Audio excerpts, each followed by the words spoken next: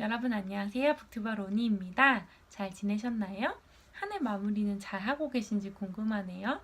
저도 그동안에 좀 일들이 많아서 거의 한 달 조금 넘게 만에 촬영을 하고 있어요.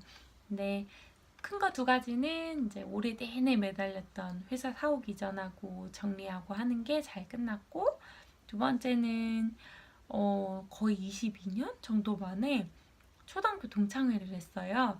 근데 학창 시절에 누구나 꼭 있다는 라이벌. 이렇게 막 학교 다닐 때 특히 뭐 친하지만 엄청 싸우고 그런 애증의 관계인 애들이 있잖아요. 시험 기간 되면 막 너 어디까지 공부했어? 그러면 나 하나도 못했어. 뭐 이렇게 대답하고 막 밤새서 공부하고 서로 막 경쟁하고 이랬던 라이벌이 저한테도 있었거든요. 근데 이제 그 라이벌들은 꼭 연락이 끊기죠, 중간에. 막 이 친구가 어떻게 사는지 알고 싶지만 절대 소식이 닿지 않던 그 친구가 이번에 동창회에 나왔어요. 근데 더 놀라웠던 건 저랑 전공도 똑같고, 하고 있는 일도 똑같고, 남편이 하는 일도 똑같고, 아이가, 아이 성별하고 아이 나이까지 다 똑같아요. 비슷한 삶을 살고 있어서 너무너무 놀랍고, 너무 반갑고, 좋았어요. 진짜 좋았어요. 제가 친구에 별 의미를 두고 살지 않는 사람인데도 제가 초등학교 친구들을 만나고 나서 뭐가 이렇게 좋았을까? 나는 원래 친구에 크게 미련이 없는 사람인데 뭐가 좋지? 이렇게 생각해 보니까 딱 하나더라고요. 나는 나로 있을 수 있었다. 그 친구들과 있는 동안에는 그냥 초등학교 때 그 교실, 그냥 그때의 나로 속 돌아가서 사회에서 만난 사람들은 어쨌거나 뭔가 예의를 차리든 뭐든 신경 써야 될 게 많잖아요. 근데 그 친구들이랑 있을 때는 그냥 나는 나로 있으면 되고 너는 너로 있으면 되더라고요. 그게 너무 좋았습니다. 그 편안함, 푸근함. 그래서 오랜만에 굉장히 즐거운 시간을 보내고 그 친구랑 이제 이번 주말에 아이들 데리고 퀴즈 카페 가서 또 2차로 그동안의 회포를 풀기로 하였답니다. 그동안에 이제 계속 책도 읽고 막 바쁘면은 왜 책 욕심은 더 많아지잖아요. 그래서 이제 사실은 읽을 책은 몇 권 안 돼요. 막 반복해서 읽고 그래가지고 읽은 책은 몇 권 안 되고 또 어쨌거나 이제 책 욕심은 많아갖고 막 시켜서 굿즈도 많이 받고 했는데 하나도 소개를 못 해드렸어요. 그래서 막 쌓여 있어요, 옆에. 뜯지도 못하고. 알라딘에서는 이거 뭐죠? 얘가 스누피 달력 받았고, 그리고 뭐 이거 제가 조금 좋아하는 건데 이제 아이 때문에 책을 샀더니 이런 스케치북 같은 게 그 마음 안녕이라는 책 부록으로 같이 와서 이런 굿즈도 받았고, 그리고 교보에서는 지금 12월에 요 태블릿 북과 태블릿 파우치 요걸 하고 있는데 크기는 아주 크진 않아요. 책 요만한 거 하나 들어갈 정도? 그래도 책이 갖고 다니다 보면 좀 상할 수 있으니까 좋겠더라고요. 그래서 그냥 이렇게 쌓여 있답니다, 옆에. 뜯지도 못했어요. 그래서 제가 지금 잠깐 보여드렸었는데 요새 읽고 있었던 책은 요 마흔이 되기 전에 팀 페리스의 책입니다. 제가 이 작가님을 너무 좋아하나 봐요. 근데 나 이 작가가 왜 좋지? 이 작가가 쓰는 글마다 왜 좋은 거지? 라고 생각을 해보니까 제가 좋아하는 스타일이 한 사람의 이야기를 쭉 써있는 걸 읽는 것도 좋아하는데 제가 열심히 사는 사람들 얘기를 좋아하거든요. 그런데 자극을 많이 받아서 팀 페리스 이분은 되게 많은 사람들을 인터뷰를 하고 그분들의 삶의 지혜를 되게 여러 명의 삶의 지혜를 풀어놔요. 그러니까 제가 그 스타일이 딱 맞아 떨어져서 이렇게 마음을 울리는 글귀가 좀 많이 만나게 되더라고요. 이분의 책에서는. 그래서 여러분들 중에도 여러 사람이 열심히 살고 그분들의 삶의 지혜에 끼스를 담은 책이 좋다. 이런 스타일의 분들이 있으시다면 팀 페리스 요 분이 쓴 책들을 추천합니다. 그래서 요 마흔이 되기 전에는 그런 이제 뭐 CEO나 성공한 사람들 수많은 그 명사들을 인터뷰를 하고 그분들에게 20, 30대의 사람들에게 조언을 해줄 게 있다면, 인생에서 하나의 조언을 한다면 어떤 말을 해줄 건가요? 이것에 대한 대답이 모여 있는 거예요. 그래서 막 차례에 보면 거의 한 100가지 정도 되는 것 같은데, 차례에 보면 뭐 천천히 그리고 아주 쉽게, 뭐 젊음을 바치지 마라, 예의를 잊지 마라, 뭐 침착함을 전파하라, 이런 식으로 이렇게 꼭 전해주고 싶은 이야기들이 이렇게 한 챕터씩 있고 누가 한 얘기인지 이렇게 쭉쭉쭉쭉 나와 있어요. 근데 저는 되게 다 좋았어요. 다 40대가 되기 전에 내가 이 얘기를 들어서 참 좋았다 라고 생각할 만한 구절들을 많이 만났거든요. 그래서 여러분들에게도 추천합니다. 많이 읽어보시길 바라고, 제가 특히 좋았던 구절을 좀 소개를 해드릴게요. 18페이지에 이거는 이제 젊음을 바치지 마라 라는 내용 하에 있는 건데, 읽어볼게요. 젊은 날 나는 별로 중요하지도 않은 일에 골몰하느라 너무 많은 시간을 써버렸다. 그 과정에서 별 의미도 없고 행복을 가져다 주지도 않는 일들 때문에 엄청난 스트레스에 짓눌렸다. 나처럼 살지 않으려면 다음을 명심하라. 젊음을 바쳐 얻어야 할 것은 없다. 젊음을 절대 뭔가에 바치지 마라. 젊은 나를 잃는 건 모든 나를 잃는 것이다. 젊음을 바쳐 얻어야 할 것은 없다.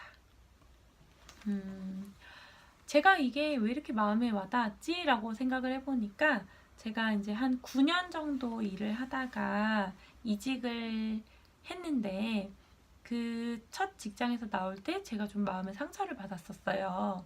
근데 그때 이제 나오면서 생각해 보니까 하나가 딱 씁쓸하더라고요. 나의 20대가 그냥 흘러가 버릴 것 같은 느낌. 나를 돌보지 못하고 난 정말 공휴일까지 반납하면서 이렇게 타인의 눈에 들려고 추가하고 노력했던 것 같은데, 정작 나 스스로의 삶은 내가 뭘 원하는지, 내가 하고 싶은 것이 뭔지 이런 것을 돌봐주지 못하고 그냥 타인의 눈을 위해서만 산 것 같았다. 그리고 나의 젊은 날이 그냥 휙 날아가 버렸다. 이게 제일 씁쓸했어요. 9년 동안 나한테 남은 게 하나도 없는 것 같아서. 그래서 그때의 기억이, 그때 얻었던 교훈, 그때의 기억이랑 오버랩 되면서 이게 마음에 확 와닿았었어요. 그래서 여러분들도 저희가 정말 젊음을 바쳐서 얻을 만한 게 그보다 중요한 게 뭐가 있겠어요. 지금 생각해보면 저희는 일에서 얻는 성취감을 행복이라고, 혹은 나를 나타내는, 나의 가치를 증명하는 것이다 라고 착각하면서 사는 경우가 많은데, 그거는 수많은 내 모습 중에 일부인 거거든요.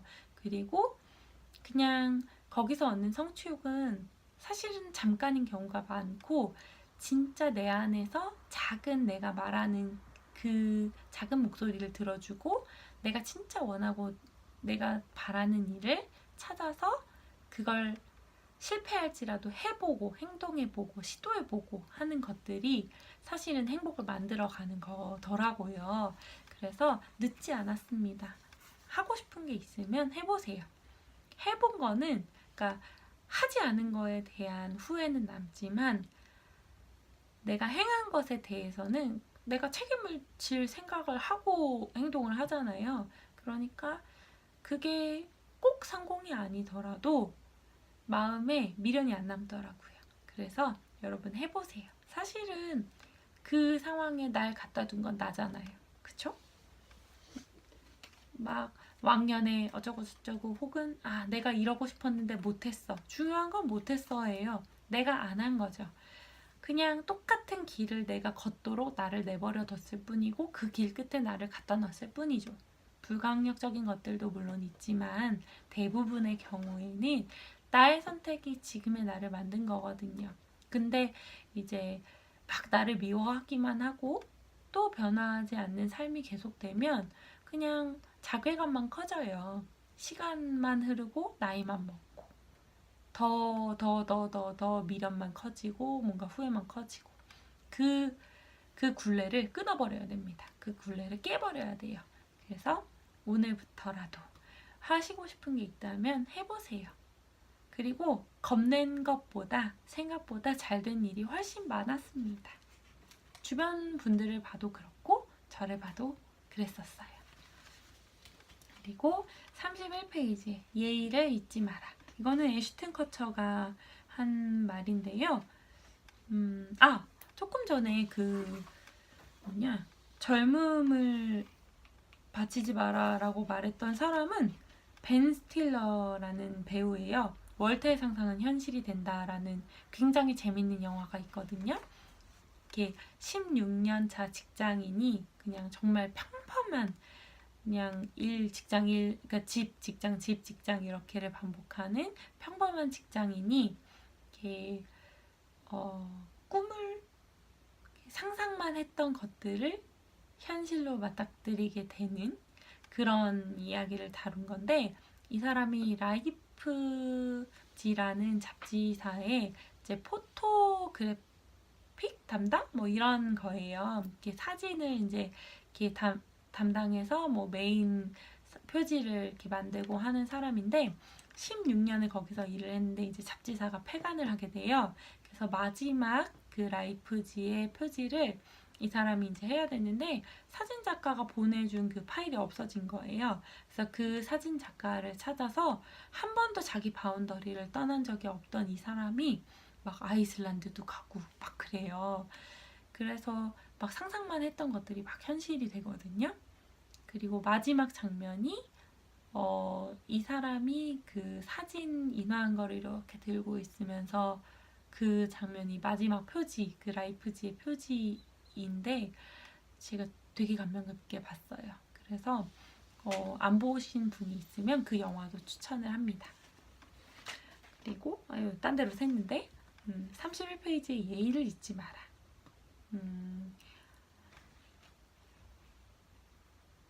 이거는 너무 중요하죠. 진짜 중요해요. 제가 최근에 되게 이것과 관련된 이제 경험한 일이 있었는데 저희는 이제 다 직업이 다양한 사람들이 모여 있잖아요. 예를 들어 한 건물에서 일을 하면 시설 관리를 해주는 분들도 있을 거고 그리고 뭐 일을 하는 뭐 그러니까 뭐라고 해야 되죠? 사무실에 일하는 그런 사람들도 있을 거고 또 다른 사람들도 있을 거고 뭐 다른 타 업체 사람들도 있을 거고 이렇게 여러 사람이 이렇게 모여서 일을 하는데 나는 별 생각 없이 말을 던진 게 어떤 사람한테는 되게 상처가 될 수 있거든요. 근데 최근에 약간 그런 일이 있었어요. 그래서 저와 저희 동료들이 이렇게 말을 꼭 이렇게 일부러 못되게 하지 않아도 누군가에게는 상처가 될 수 있겠구나 하는 일이 있었고 다 같이 조심해야 되겠다 이렇게 다시 한 번 더 예의의 중요성을 생각을 하는 그런 사건이 있었거든요.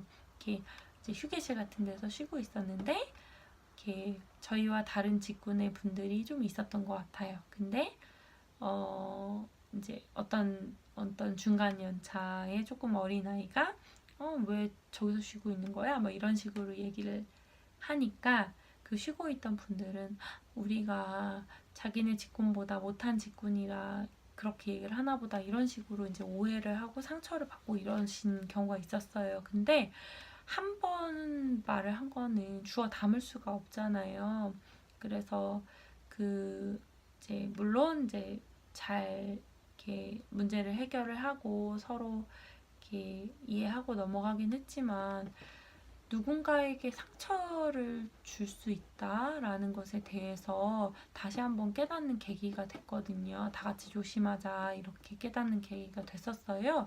근데 예의를 지키는 사람 이것은 사실 여러 사람이 모여 사는 사회다 보니까 필수고 어떻게 보면 요새 막 갑질하고 막 이러는 사회에서는 예의 자체가 어떻게 보면은 대인관계에서 가장 큰 무기일 수도 있어요. 왜냐면 예의 바른 사람한테는 사람들이 모이게 되어 있거든요. 막 애써서 막 자기를 포장하고 하지 않더라도 예의 바르게 행동하고 타인을 존중하고 하면 우리는 내가 상대방을 대하는 그대로 내가 대우를 받게 되어 있습니다. 그래서 내가 누군가에게 존중을 받고 싶고 나라는 사람이 이렇게 대우를 받고 싶다면 먼저 상대방을 배려하고 그것에 맞는 행동과 언행을 하셔야 합니다. 그러면 막 일부러 애쓰지 않아도 내가 대우한 게 어느 날 똑같이 돌아올 거예요. 그래서 이 예의를 잊지 마라 라는 이 챕터를 읽으면서 그 일이 좀 다시 한번 떠올랐었습니다. 그래, 변하지 않는 진리라는 게 있지라고. 그리고 84페이지. 이거는 되게 너무 좋아서 이 꼭지를 다 읽어드릴게요. 제목이 상처를 드러내라예요. 상처를 치유하는 유일한 방법은 상처를 드러내는 것이다. 젊은 날에는 세상 모든 일에서 세상 모든 곳에서 상처를 받는다. 최후의 보루인 자기 자신에게서조차 상처를 받는다. 그럴 때마다 비틀거리고 쓰러지면 삶을 지속할 재간이 없다. 따라서 나는 이제 막 사회에 첫 발을 디딘 젊은이들에게 무엇보다 먼저 이렇게 말한다. 상처를 드러내는 걸 두려워 마라. 상처 또한 당신의 본 모습 중 일부이니까.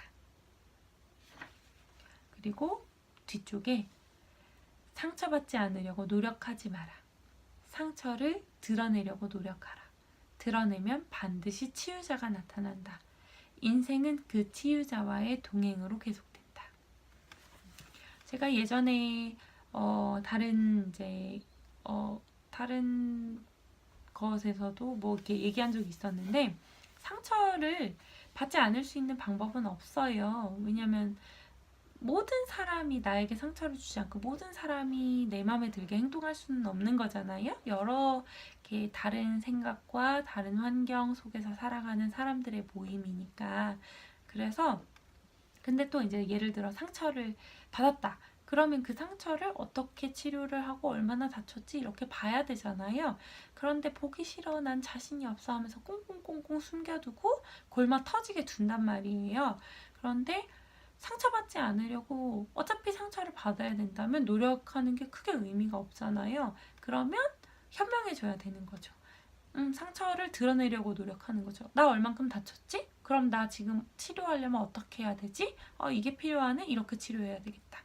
그리고 더 중요한 건 상처받지 않으려고, 그러니까 상처받지 않는 건데 요새 제가 되게 좋은 방법을 하나 찾아냈어요. 저는 소심하기 때문에 상처를 잘 받았었고 막 곱씹고 이런 스타일이라 이렇게 좀 대인관계가 많이 힘들었던 사람이거든요. 근데 요새 되게 좋은 거 하나는 그래서 어쩌라고 해요. 너무 이렇게 공격적인가요? 근데 이렇게 말로 밖으로 꺼내지는 않아요. 근데 속으로 그래서 어쩌라고 이렇게 생각을 해요. 그래서 뭐 그것의 의미는 그래, 나와 너는 기본적으로 생각하는 게 달라. 그래서 우리는 똑같을 수 없어. 그러니까 너랑 나랑은 다를 수밖에 없지. 난 이렇게 생각해. 난 내가 틀렸다고 생각하지 않아. 그리고 이만큼은 내가 노력했어. 이런 게 전제가 되어 있거든요. 너와 나는 다르다. 그래서 어쩌라고. 이렇게 생각하니까 옛날에는 타인이 나와 생각이 다르면 제가 상처를 받았거든요. 나 스스로가 거부를 당한 것 같은 마음을 막 받고 상처를 받고 했는데 요새 그렇게 자꾸 생각해 버릇했더니 타인의 생각도 일부든 존중을 하면서 그렇다고 내가 물러서지 않고 그냥 일부는 네 생각이 옳은데 이건 내가 옳은데 그리고 우리 생각이 다를 수도 있는 거지 이런 식으로 상처를 안 받기 시작했어요. 굉장히 좋아요. 그래서 저처럼 트리플 A형인 분들에게는 그렇게 생각하는 연습을 하기를 추천합니다. 이 책에서는 상처받지 않으려고 노력하지 말라고 나오지만 상처를 안 받을래 이러다 보면 소심해지는 건데 그것과는 좀 다르더라고요. 그냥 뭔가 마음속에 자꾸 여유를 두고 타인과 나의 다름을 인정하는 것 자체가 상처를 굳이 노력하지 않아도 상처를 안 받더라고요. 그래서 저의 방법을 나눠드립니다. 그렇게. 그래서 뭐 어쩌라고. 그리고 이것과 연관돼서 98페이지에 30살 할 일은 하나다. 스스로에게 가장 따뜻한 위안이 되어라. 저는 저 스스로에게 매우 엄격했어요. 그리고 나 자신을 많이 미워했습니다.